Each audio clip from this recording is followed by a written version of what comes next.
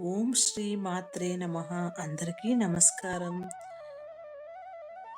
Welcome to our channel ఆధ్యాత్మిక జ్ఞానం. ఇవాల్టి వీడియోలో కుంభమేళాకు వెళ్ళలేకపోతున్నారా? అయితే ఇంట్లోనే సంగమ స్నానం చేయొచ్చు ఇలా. ప్రస్తుతం ప్రయాగ్రాజ్లో మహాకుంభం జరుగుతుంది. ఈ మహాకుంభంలో ప్రతిరోజు లక్షలాది మంది పవిత్ర సంగమంలో స్నానం చేస్తున్నారు. ఇంట్లోనే కుంభ స్నాన ఫలితం పొందడానికి కొన్ని ఉపాయాలు మన గ్రంథాలలో చెప్పబడ్డాయి. ఈ వీడియో పూర్తి చూడండి. మీకు నచ్చినట్లయితే మీ ఫ్రెండ్స్ అండ్ ఫ్యామిలీస్కి షేర్ చేయండి. మీరు కొత్తగా చూస్తున్న వాళ్ళైతే మన ఛానల్ని సబ్స్క్రైబ్ చేసుకోండి. కుంభమేళా ప్రయాగ్రాజ్లో జరుగుతున్న ఈ 2025 మహాకుంభంలో ప్రతిరోజు లక్షలాది మంది భక్తులు సంగమంలో స్నానం ఆచరిస్తున్నారు. ఈ మహాకుంభం ఫిబ్రవరి 26 వరకు కొనసాగుతుంది.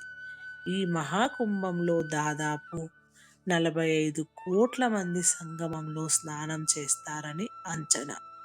కొంతమంది ఏదో ఒక కారణం వల్ల మహాకుంభానికి వెళ్ళలేకపోతున్నారు.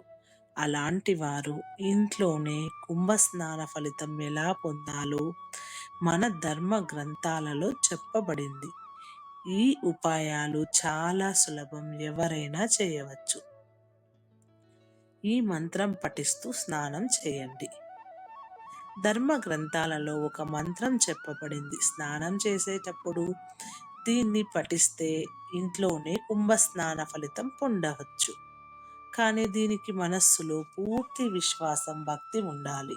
స్నానం చేసేటప్పుడు ముందుగా గంగానదిని స్మరించుకొని ఒంటి మీద నీళ్లు పోసుకుంటూ ఈ మంత్రం పఠించాలి. ఏమంటే ఆ మంత్రము గంగే చ యమునయే చైవ గోదావరి సరస్వతి నర్మదా సింధు కావేరి జలేస్మిన్ సన్నిధిం కురుం. ఈ మంత్రము నేను డిస్క్రిప్షన్లో కూడాను ఇస్తాను, మీరు చూసి కూడా చదువుకోవచ్చు. ఇంకొకటి ఏంటంటే ఈ విషయాలు ముఖ్యంగా గుర్తుపెట్టుకోవాలి. ఇంట్లో కుంభస్నానం చేసేటప్పుడు మనం ఇంట్లో కుంభస్నాన ఫలితం పొందడానికి కొన్ని విషయాలు గుర్తుపెట్టుకోవాలి.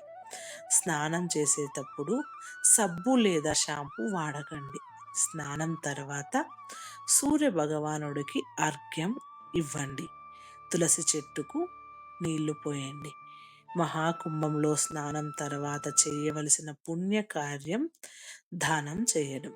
కాబట్టి మీరు ఈ ఉపాయం చేసే రోజున అవసరంలో ఉన్న వారికి బట్టలు, ఆహారం వంటివి దానం చేయండి.